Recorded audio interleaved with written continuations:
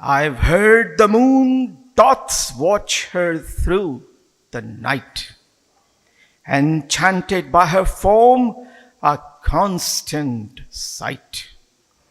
The stars from heaven's dome do a downward glide, to see her beauty in close abide.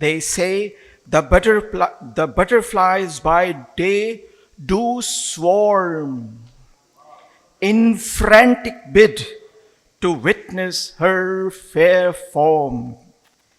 'Tis told the fireflies at night stand still, amazed by her bright glow, their hearts to fill.